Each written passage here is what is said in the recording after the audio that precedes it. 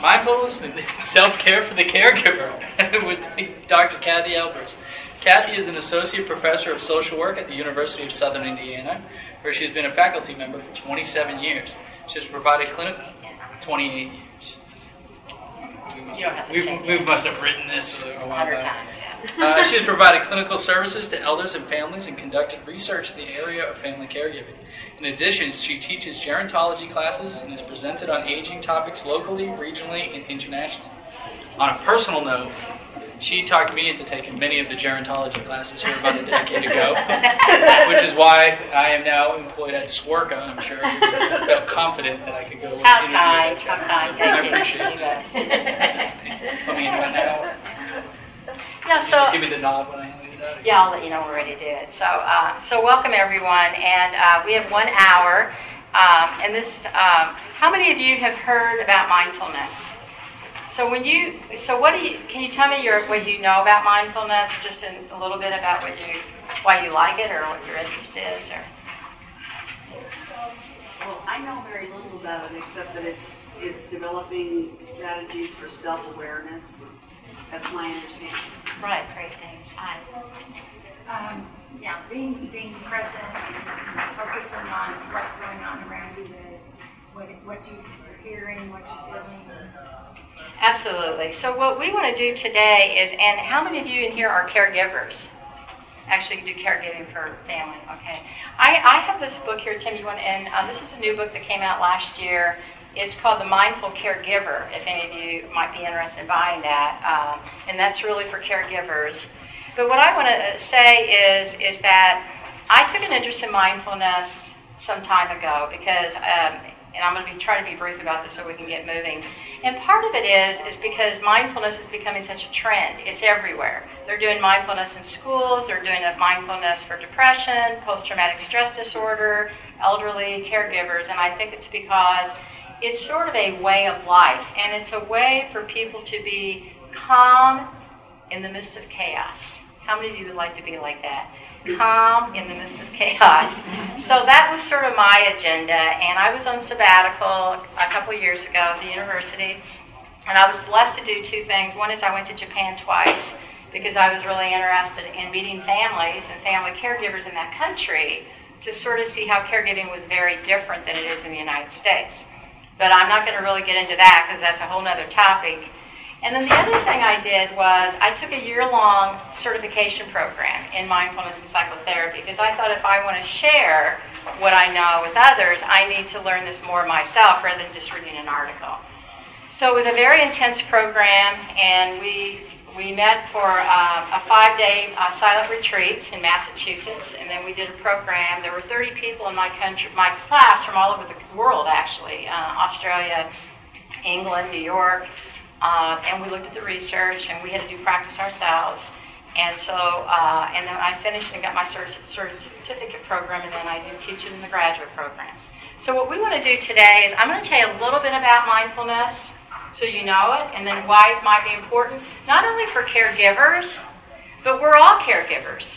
I mean, this is something that you can do in your job and where you're at, and that's why, so I want to give you just a few little things that you can take with you today as opposed to just a theory. So is that all right with everybody? So what I'd like for us to do first is I'd like for everybody to stand up, and let's just sort of, and however you feel, and you don't have to look at each other because people always feel corny when they do this, but I'd like for people just to sort of act like a rag, and you just want to shake out, you know, all the tension you might have from sitting and listening to people, and you can shake your arms and move your arms around. If you want to move your legs up, don't fall or anything. I don't want to be liable, but I want people just to sort of get the kinks out. All right. So I'd like for people to do is sit down in your chairs. And this is like a 3-minute kind of meditation that you can do at your desk. Don't do it while you're driving, but you can do it in the morning if you're at work or you're caring for someone. So this is just a little technique.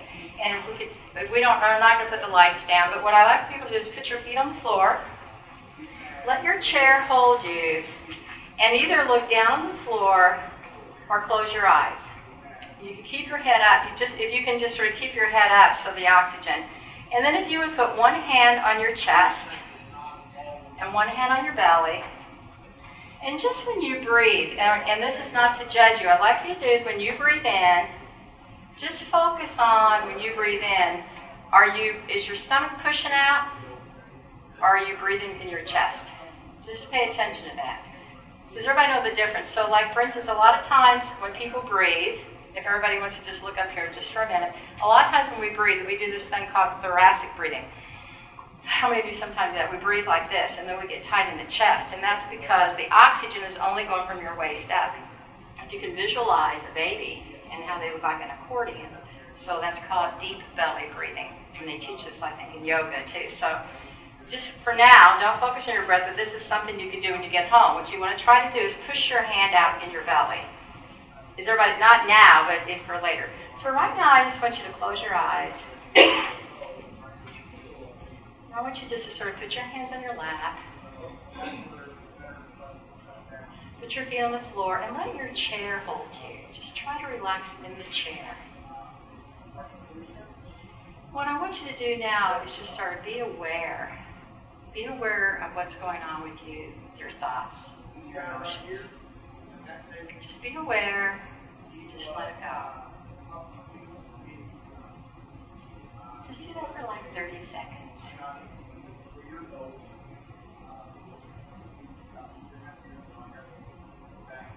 Just keep breathing. And what I want you to do is when you have these thoughts, try to just think of them as thoughts on a cloud. Don't judge those thoughts. They're there. They go back to your breathing. So the whole thing is just try to focus on your breath. As you breathe in and breathe out. Now what I want you to do is just focus on what's going on around you. Like this person speaking next door that we can hear, we're just aware of that. You're aware of my voice. You might be aware of sounds. Just try to be aware of your surroundings. Do that for about 20 seconds. And then just go back to your breath again. Just go back to your body and your breath.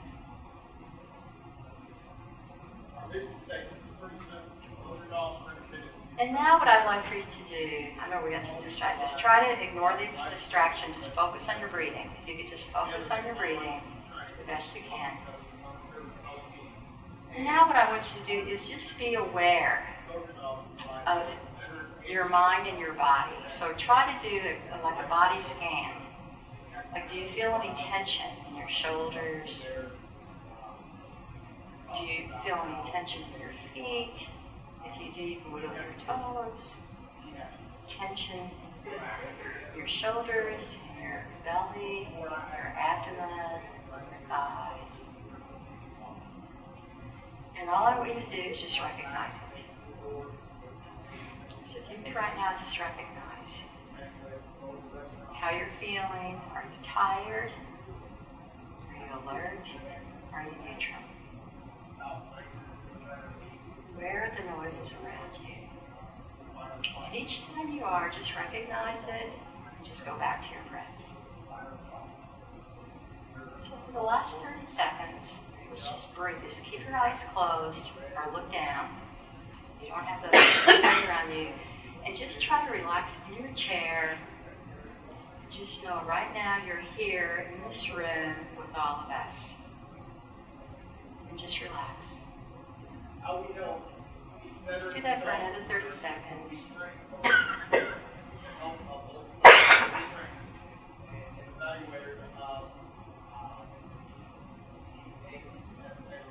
Just breathe. Focus on your breath.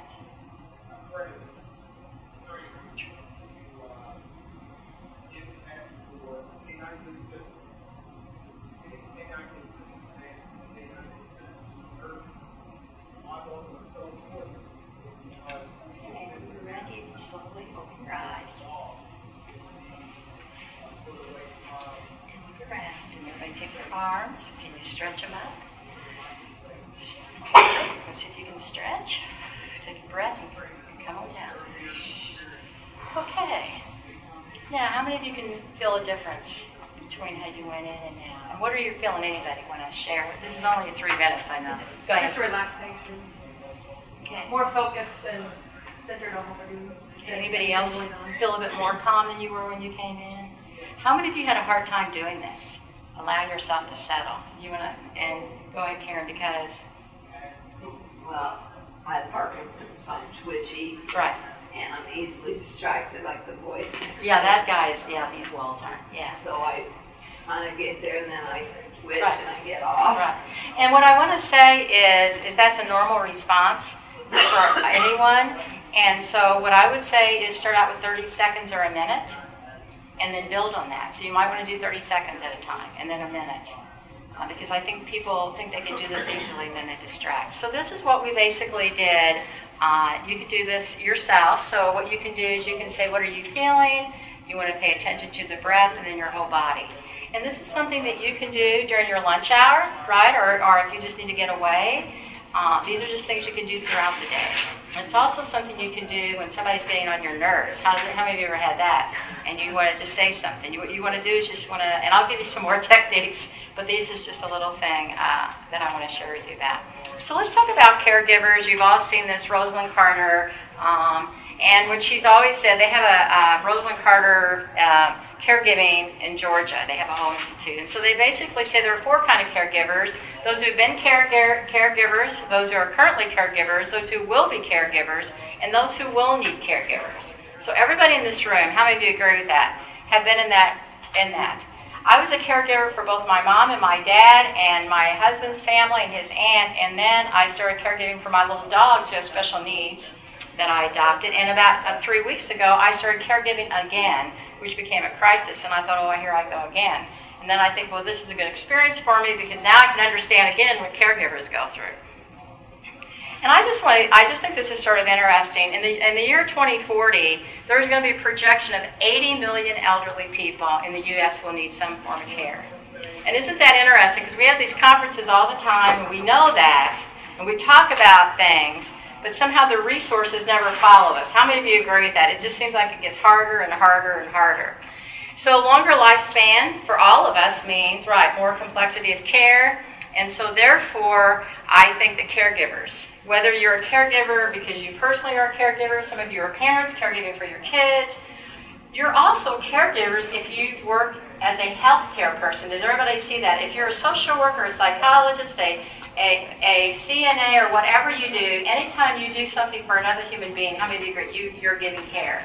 So this is something that I think we really need to be able to deal with. So let's talk a little bit about caregiving. And if I'm going too fast, let me know, but I really am trying to get as much as I can. This is usually a 3-hour presentation, and when they asked me to do this, I thought, oh wow, I was getting stressed just, so I'm trying to give you the most useful information. So John Zedekin is really not a social worker. He really is someone who is working in pain management, and I don't want to go through all that out of Massachusetts, and he basically wanted to find a way for people to deal with their pain. And so he's the one that started this concept of mindfulness. And so I want you to look at this for a minute because you've read about it, but what he basically says is mindfulness means paying attention in a particular way. Now that's really key. Because how many of you at times will say to another person, oh, I'm paying attention? Or have you ever talked to someone and they said, I'm paying attention, and you knew they were not paying attention? And how did you know that, anybody? Just the look in their eyes. Do you ever get these people who stare at you like in the headlights and they can repeat back every word that you said, but were they really paying attention? Do you everybody see the difference? They're either preoccupied or they're doing something. And that's because, and we could spend a whole hour on this, by the way, everyone, and that's because what they say in mindfulness is all we have is the present moment. But everybody, all of us, live in the past or in the future. And you can't have those thoughts at the same time. You can't be being in the present and having the thoughts of the past and the future. What's happening is you're not being present, you're sitting there. And so they would say that, think about any of you who've ever had depression. Depression really is about things we think about from the past, regrets, things that we wish, how many of you agree with that? So depression really comes from, when you talk about people in clinical work or elders or anybody that's depressed, and you ask them about the depression, it's really about things that happen to them. They're going through grief. It's a lot about the fear of the future. Right. So you get depression, and then you get anxiety. Yeah. Because what you have is, you have this speculation. So then we start having these thoughts. And so this past and this future, which we really don't know about because it's gone, really is our thoughts. Now that's a hard thing to understand, but does everybody get that? Those are our thoughts. We are not our thoughts. We behave as a result of our thoughts because of what we say about it. Does everybody get that? So is that not clear? I mean, so think about whenever you're depressed or anxious, think about what you're anxious about. It's usually about something that hasn't happened yet, but we think it's going to happen. So we live in this. And so then we don't enjoy the moment. What's the difference between depression and anxiety? It brings on the same kind of Go ahead. problem. Well, Karen, you talked about this. You want to mention that about? Well, so for instance, if somebody is depressed, I'll talk about an elderly because this is going with my friend. I have an elderly friend who's very depressed because he doesn't like the situation that he's in. He wants to be independent, but he knows that he's not able to take care of himself, so he's depressed about that. He's depressed about not having made the best decisions in his life to be in this position. And so because of that, he's anxious now because he thinks he's going to be removed from his home and he may have to go into a nursing home. So he's feeling depression, but it creates anxiety. You know, has anybody ever had times in your life where you think of something you wish you had done differently, and then it creates anxiety because you think it's going to make things happen in the future?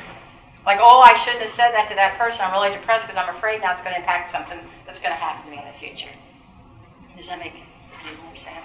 Well, I don't think of anything in the past, but I think a lot about the future. Right. And so am I depressed or I... No. I think Karen was saying that. No. You don't necessarily have to have both. Oh. I'm just saying when we get anxious, a lot of our anxiety has to do with something that's future. Am I going to pass this test? But it's still bad for you both ways. Well, we all have depression and anxiety. All it does is it keeps us from living in the moment. That's the whole purpose of that, yeah. So I'm going to teach us on a little bit about what we can do with that, actually. So what I want to do is talk about where self-compassion comes in with all of this. So here we go. So the thing you have to know, and I have taught this a lot, mindfulness is a path. It's not a technique. I think that people read these books on mindfulness and they want to do it, and then they think, oh gosh, how come a week later I'm not mindful? Why am I still anxious? Why am I still depressed? Because that's how our mind is. Our brains in general are geared towards negativity bias, that fight or flight. So that's sometimes why we're anxious. We're sort of geared, it's that reptilian part of our brain. Does everybody get that? It's like this fight or flight. And most of the time we focus on the negative. How many of you would agree with that? It's very hard. And so think of your age, and if at this point in your life you're having these anxieties, that's not going to go away in 1 month of mindfulness. It's always going to be there. But the trick is this. What you have to learn to do is train your mind muscle to be different.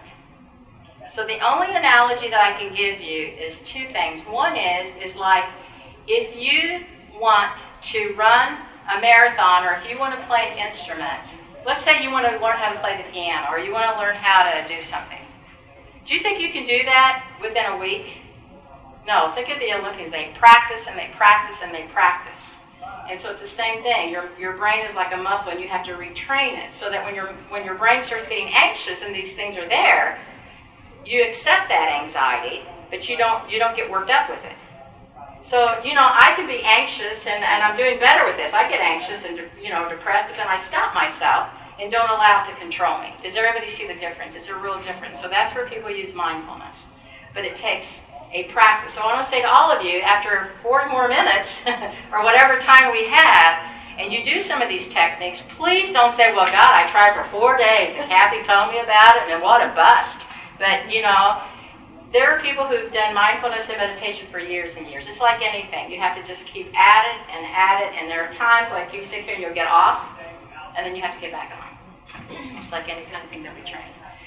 I am talking about self-care here because part of self-care and mindful means, part of mindfulness is about self-compassion and self-care.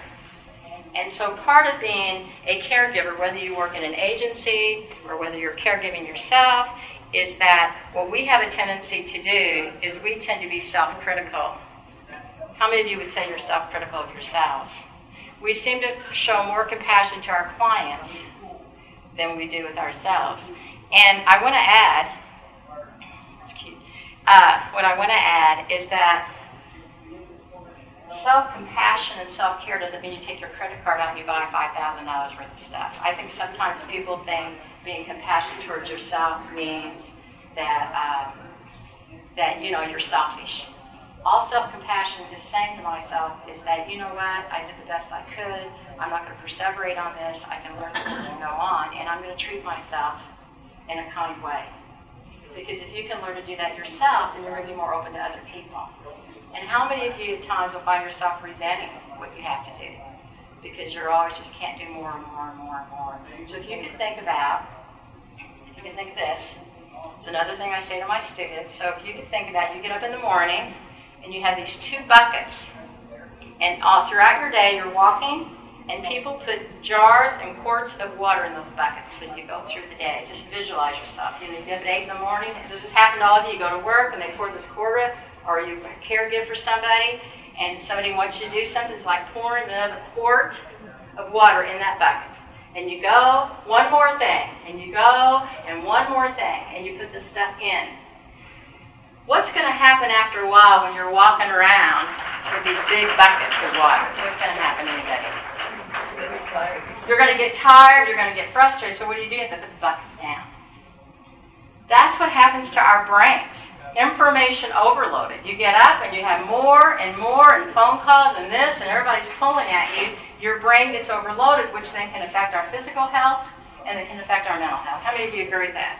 So mindfulness really is just about this. So here's what I want you to ask yourself is, if you had a look at this, would you say that your mind is full or your mind full? So how many of you can really relate to the fact that your mind is full? We all do. As opposed to mindfulness, which is really help you to be aware in the present moment with acceptance. That's what mindfulness is all about. That you can just put those buckets down, you can rest your mind, and then you learn to do this. So that's what the technique is. I'm oversimplifying this. I'm sure John Zamakin would be very disappointed in me, but I'm trying to make this as simple for us as we can because it's a lot of material. I want to say to all of you is this. Acceptance of something does not mean that you have to like it. How many of us were brought up that if you accept something, that means you went along with it? We've all been taught that. But acceptance does not mean that. It just means this is the way it is. I don't like it. But I can either be angry about it, I can be this, or what I can do is accept it. Now, acceptance does not mean you should not be assertive. It does not mean you should not speak out. It does not mean that you're a passive little wallflower. It just means that's where it is right now. So let's go through. I put some of this stuff together to see how mindfulness can help caregivers and with compassion. So first of all, if we can learn to live in the moment, like all of us in this room, if we could have truly emptied our brain and stayed connected, we'd have memories of what's going on now. But most of us are in a room and we think about what I have to do in 20 minutes or when's this going to get over so I can go to the last thing, get the door prizes, and go home. Right? Or we're thinking about, God, I should have done these 20 things before I got here. And I didn't get them done. And you know what happens is you meeting people. I met Carol today, in the last couple of days. I've heard her name forever, and it's just been nice to talk to her today. You know, being present with her. And here's what happens in caregiving. And I know, because I'm doing this right now. How many of you ever been with people you're caring for, and all you can think about is, I wish this person would be different. I don't know why I have to do this. What am I going to do with this? And so, and you know, and it's just like, God, I know I have to do this, and I'm supposed to be nice about it. But boy, I sure am tired. And then when people argue with you, right, what do? Is we just think, God, I wish they'd just shut up and let me do what I have to do, and why do they keep arguing with me? And so you know what happens, and this is for me too. I just want everybody to know that. I don't enjoy that time right then. I just don't even look at the good out of it because I'm so tired. And so these are techniques to help all of us to take a few deep breaths and just say that's where it's at. There's a lot of research, and again, I would be going through some of this, but there is so much research out there. If you Google mindfulness and depression, mindfulness and anxiety, and all these things, what you're going to find is that we do know is that mindfulness can help decrease anxiety, depression, and pain. In fact, there's a woman from Harvard where they did a study where they had people who were meditators, not 20 minutes a day or 30 minutes a day, with people who were non-meditators or on waiting lists, and they found that the gray matter of their brain increased. And if your brain matter of your brain increases, then basically it's going to help you even with dementia and problem solving. So they were able to find that that difference was there. And if anybody wants that research, I'd be glad to tell you, but they're finding more and more of those kind of things are happening. It also helps all of us to respond rather than react. So think about your day, all of you. Just sit down and think about your day for a little bit. How many of you would say that you go through a lot of your day reacting to things? Phone calls, this, helping take care of somebody. If you can take the time when you're aware of your anxiety or your upsetness or anger or somebody says something, if you could just take a deep breath and be aware and not respond, not react, you're going to respond. Have any of you ever just yelled at people and later on you felt bad about it? Is there anybody here who's never yelled at anybody? I've met people like that. I don't know what they do. I think they go off in the woods later and hit something because we all have these emotions. Or how many of you have been sarcastic to people? Or how many, it comes out in passive-aggressive behavior, it comes out in sarcasm, cynicism. How many of you know people like that? And so it takes a lot of patience. But this is a way to learn how to respond rather than to react. It helps with resiliency and balance, and it takes practice and patience. But that's why I think what you were saying, people with Parkinson's, it's really a good way for them to try to learn. Because what we do know is that, how many of you have experienced physical pain? Yeah, so when you have physical pain, what we know is when you're in pain, it tends to make you more depressed.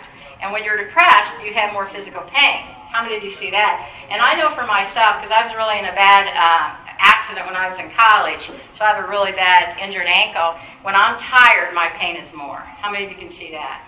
And so it's just really being aware. Now let's look at this for caregivers.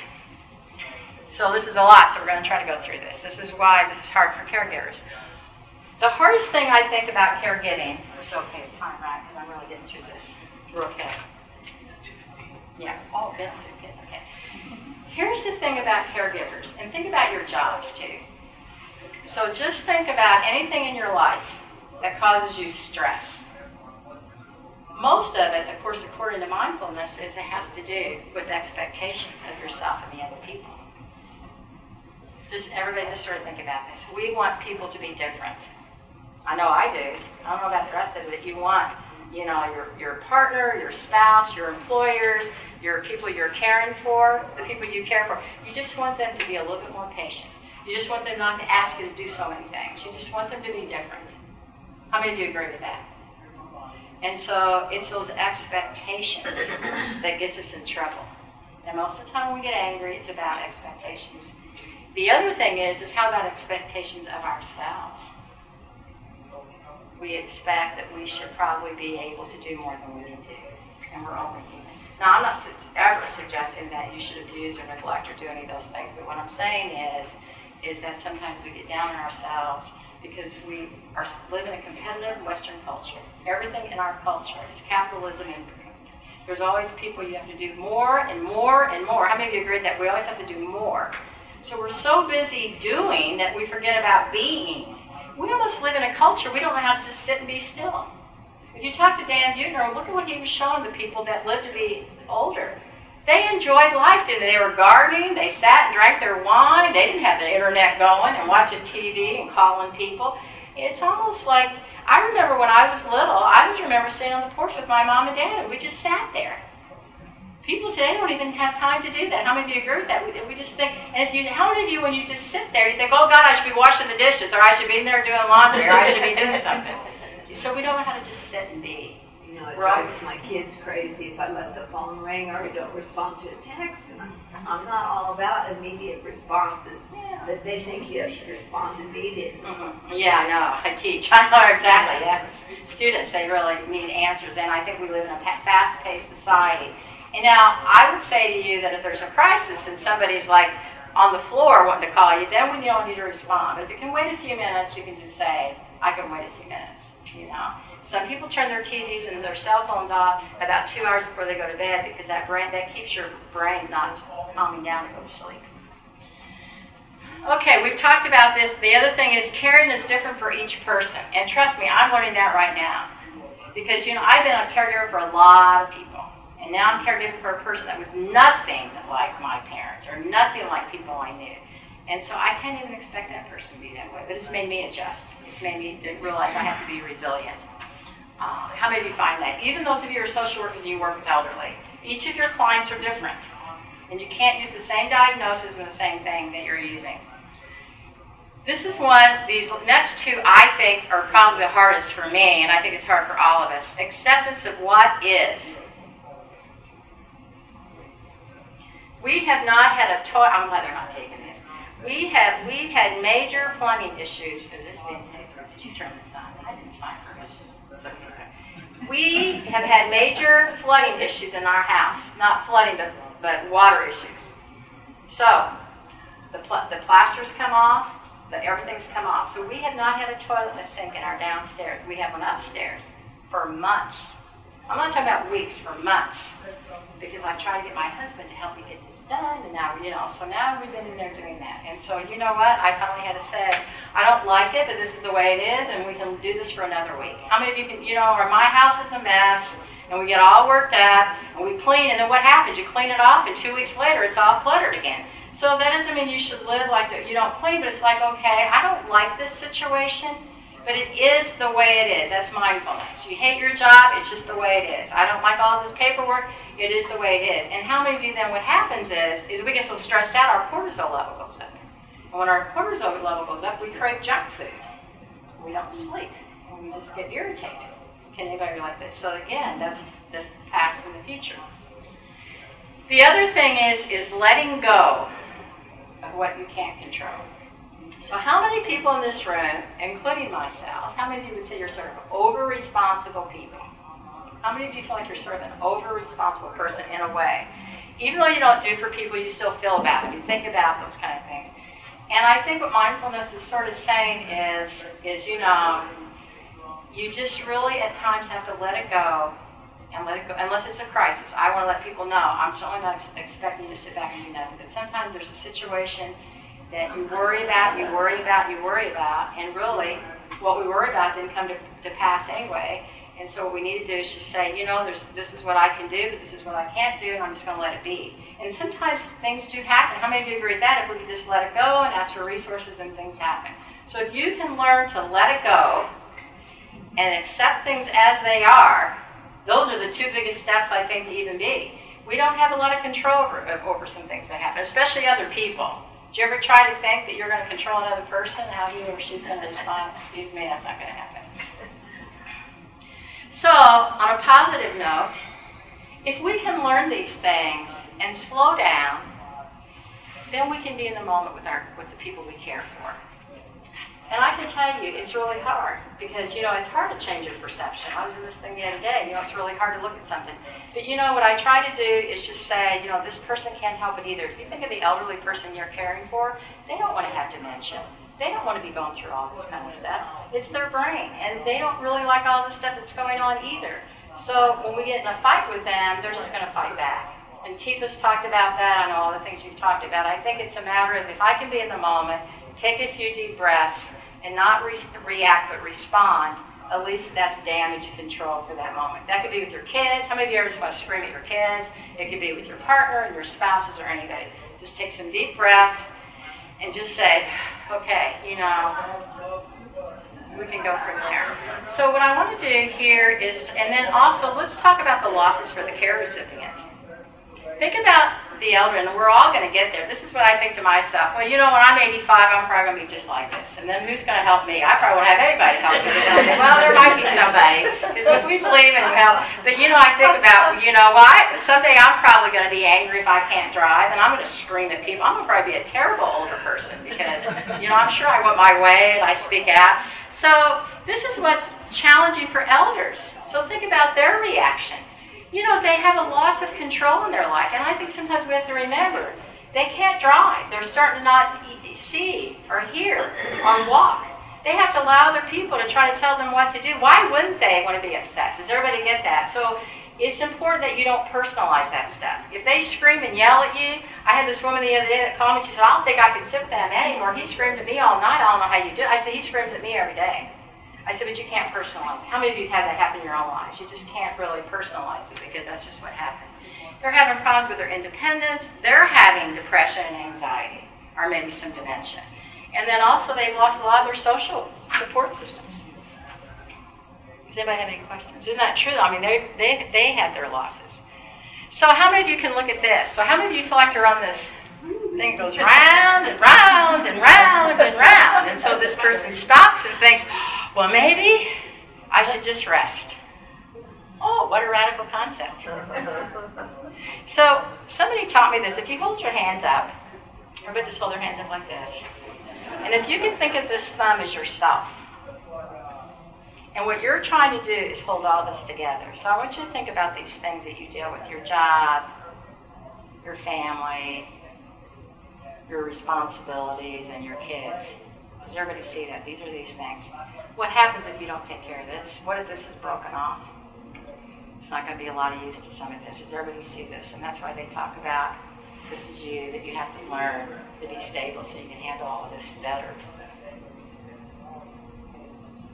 So these are some, I'm going to go through this quickly because I have a couple more exercises. So these are some mindlessness behaviors. It's called monkey brain. So preoccupied or distracted, you can see if any of you can relate to any of this. You're not aware of how you feel. How you feeling? I'm feeling great, and inside you're just really angry, or you just want to scream at somebody. You rush through your activities. You don't feel present. You react. People gossip and judge, and they deny the care, and they start resenting other people. As opposed to this word equanimity, somebody always says, Kathy, what does that mean? What that means is, this is really why I got into mindfulness, is I also need to learn to be calm in the midst of chaos. That's my goal in life before I die. I just want to be able to be in a lot of chaos and just be calm. It doesn't mean I'm not going to assert myself, but it means I'm just going to be there, and I'm just not going to allow my adrenaline and my stress to get high, no matter how crazy things are. So I haven't gotten there yet, but I'm on this path. And then also, it's accepting your feelings of yourself and others. So the Dalai Lama says, in dealing with those who are undergoing suffering, if you feel burnout, then you need to take the time to restore yourself and look in the long perspective. These are just warning signs for compassion fatigue. I'm going to go through these, but if you see yourself in any of these, this is pretty much means you have compassion fatigue. Means you're tired of caring for people. How many of you ever had those days? I know we're supposed to, but I'm just tired. So what I want to do is, do you want to pass that out? I have a little exercise. It's about 5 minutes. And Tim's going to pass this out. What I want you to do, and you can write on the back of this, this is really like a 20-minute exercise, so you can take this home with you. And I'm going to do these instructions a little bit differently. So you can just, so what I want all of you to do is think of a situation where you put some time in thinking, I wish I had not done that. Can anybody think of anything like that? Or there's something about myself that maybe I could have done better, or there's something about myself I don't like the way I look, I think I'm too fat, I think that I don't, eat right, or whatever. Can everybody think of something? Okay. So I want you to then think of that. And then what I want you to do is think of an imaginary friend. So that could even be a pet, by the way, or it could be, somebody who died, or it could be a friend or somebody. But I want you to pretend you're that imaginary person that's very close to you, and what would they say to you? Does everybody get that? So it'd be like somebody saying, like I'm saying to somebody, you know what, I think I should have been more patient the other day with my friend and with my spouse and with little Darcy and blah, blah, blah, blah, blah. And I'm saying this to somebody who I think really, truly cares about me. The letter would be, what would that person say to me? So would everybody take a couple of minutes to write this letter to yourself and think of something that you really have been sort of down on yourself about, and then just write a letter. It could be your appearance, it could be something you don't like about yourself, or you wish you were smarter, or whatever it could be. It doesn't have to be a big thing. And we're only going to do this for, give you about 5 minutes.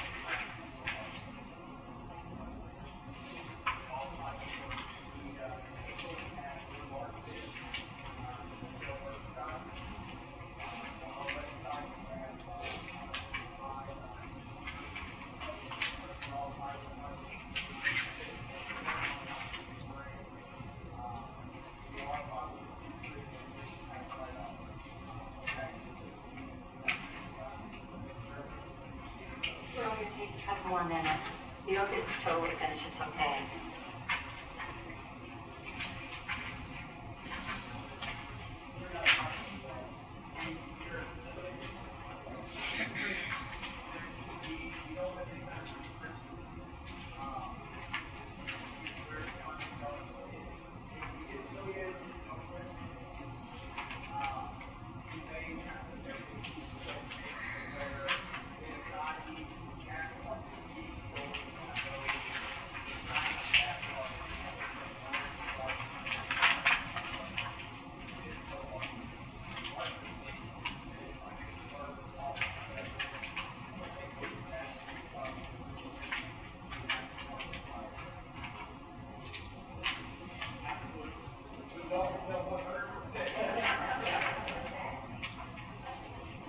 Now one more minute.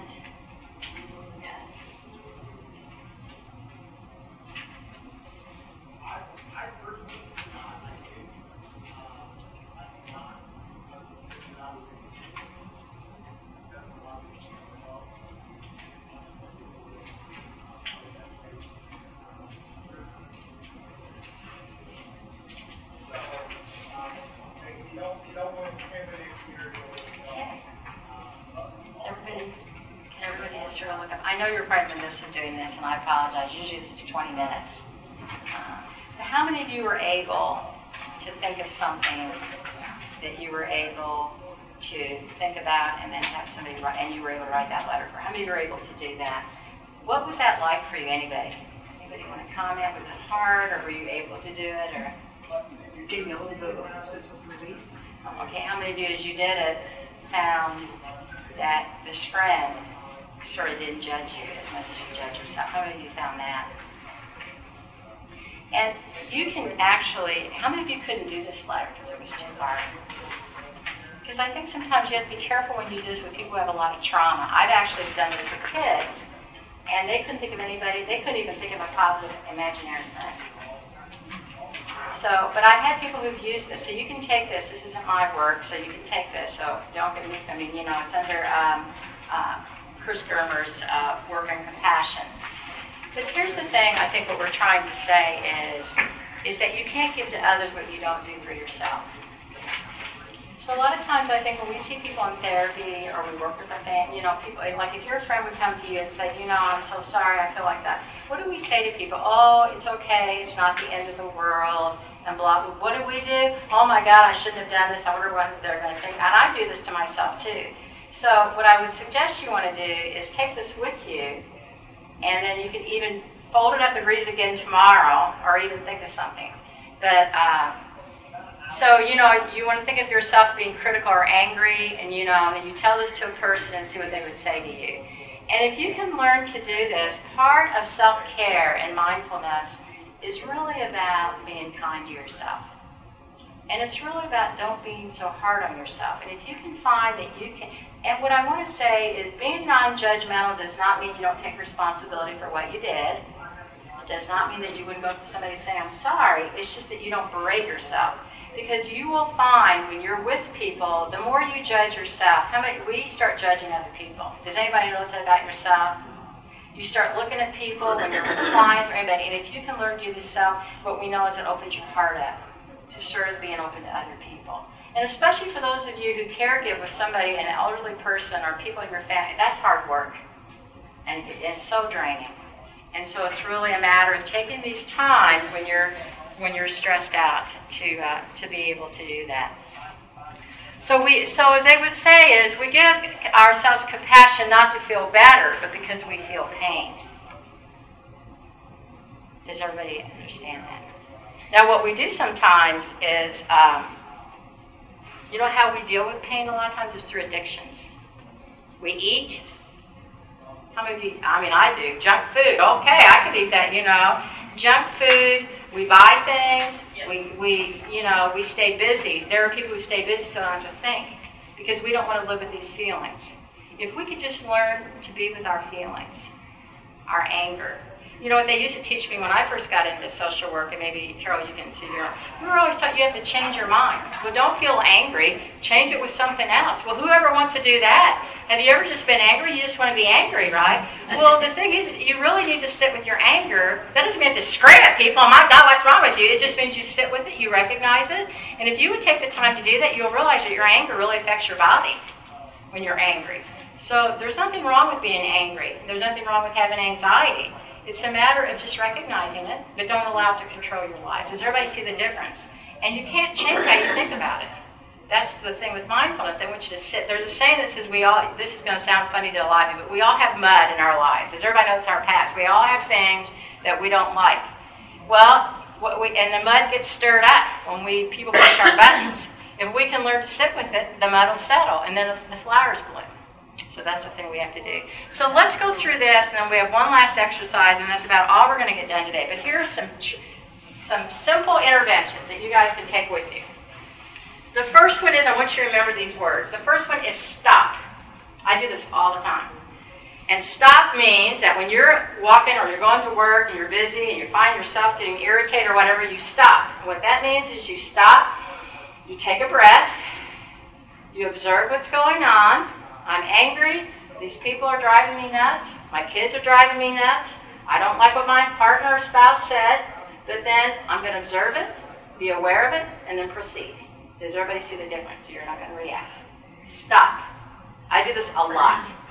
When I find myself, I will stop. But don't say it out loud. They'll think you're nuts. Stop, stop. I mean, what you want to do is just say to yourself, stop. You could say it, but another one I use is rain, but people in my department sort of tease me about that, and I'll tell you that. The next one, I love this one. You'll love this one. Wait. Now, does anybody know what this word may stand for? Some of you may have been to my conferences. So here's another one. Why am I talking? This one I really use a lot. So when you're irritated and you want to scream at somebody or you're at a meeting, what you want to do is stop and pause and then ask yourself, why am I talking? Is this necessary? As opposed to just reacting and saying something you regret. Does everybody get that? So if you can just remember, stop and wait. Those are two things right there, right? You can take with you. Okay. The next one is quiet time for journaling. I say this to people that what I do every day, and some people pray, but take the first couple minutes when you get up and just have your intention. May I be calm today? May I try to not be reactive? May I be more mindful today? May I take care of myself today? It only takes a few minutes. Know when you're reacting. The other thing is sleep. You need your sleep. Honestly, you need to try to get your sleeper naps, and you need to eat correctly. Sense of humor. There's this thing here, if you want to write this down, it's called insighttimer.com. It's free. It's a download because I want to do this presentation thing. And insighttimer.com is a free meditation. You can put it on your phone. You can do 3 minutes or 5 minutes. You do headphones during your lunch break, or whenever you have time alone, you can just walk away and listen. So you might want to download that. And then, of course, you want to look at this.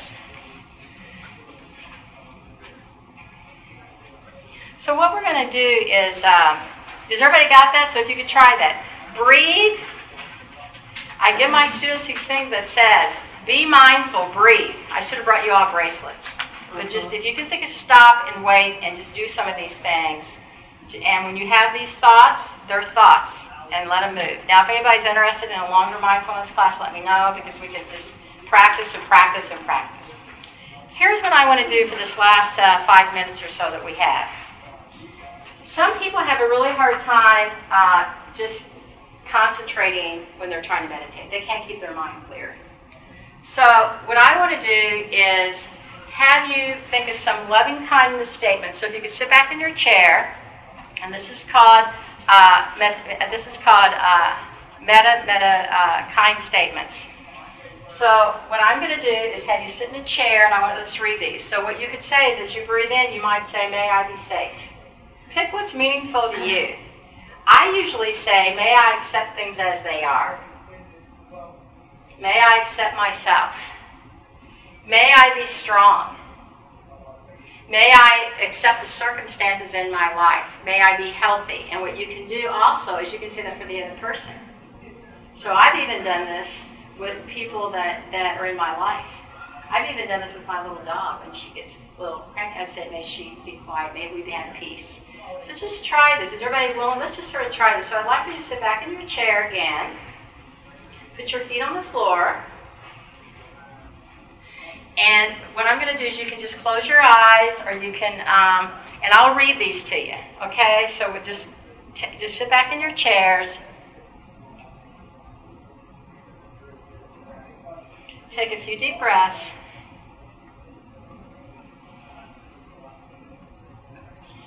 And you need to close your eyes or look down. Don't look at me. Just look down. And I don't know if we can turn off one of the lights so it's not so dark in here. I think that might help a little bit. Thanks, Jenny. Don't turn them all off.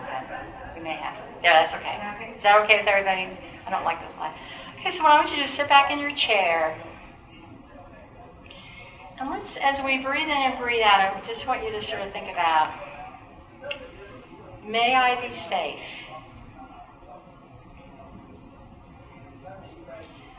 May I feel at peace. May I be healthy.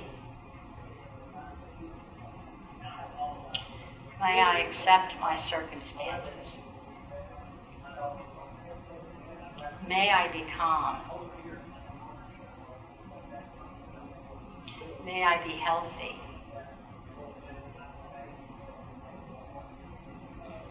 May I accept myself for who I am. So I'd like for you to come up with your own couple of sentences that you'd like to say for yourself that has meaning. And then what I'm going to do is play this music and just focus on your breath. Try not to listen to the distractions. If you hear the distractions, then all that means is you're going to just, go through that. So just close your eyes. Let's see if I can get this. Just say, may I be safe. May I be happy.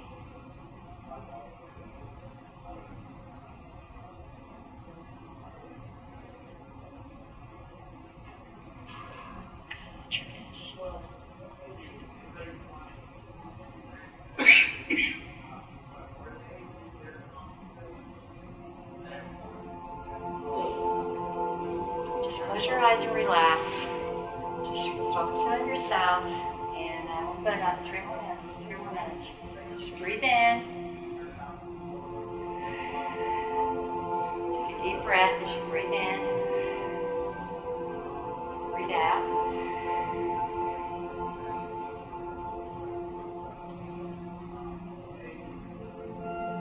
I feel safe. May I be healthy.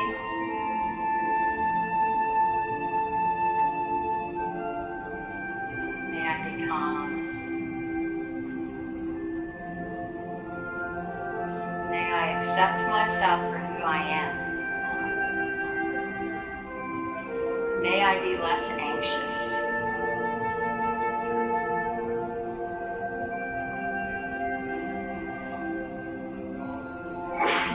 May I feel at ease.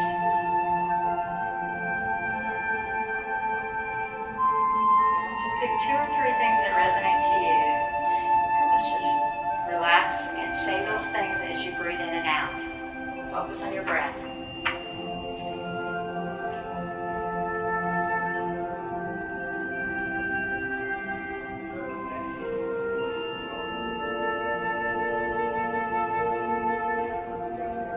Your mind wanders, which it probably will, because you got all those thoughts. Just try to come back to the breath and say the metta.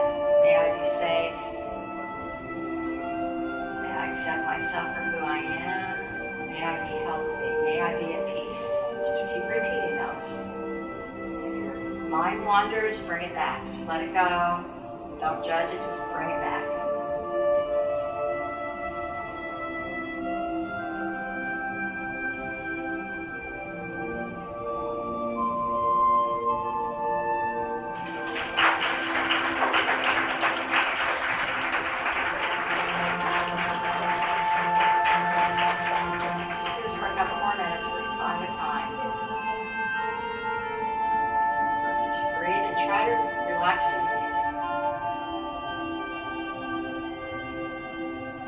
Let your body settle.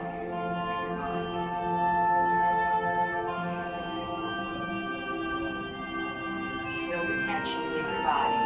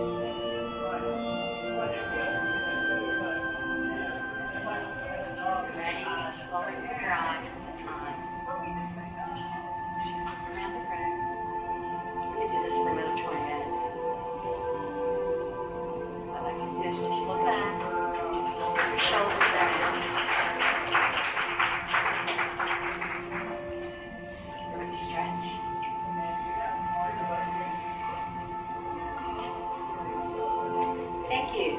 Our time is finished. I hope you got something out of this. And if you think this is beneficial or you like it longer, you can just make it in the comments, but we can offer more opportunities. We didn't have enough to go. But I hope you have some tools. More than willing to help. We'll have them available. I have much more that I didn't have time to show, so I'll cut it down. Thank you, everyone, for coming. I hope you felt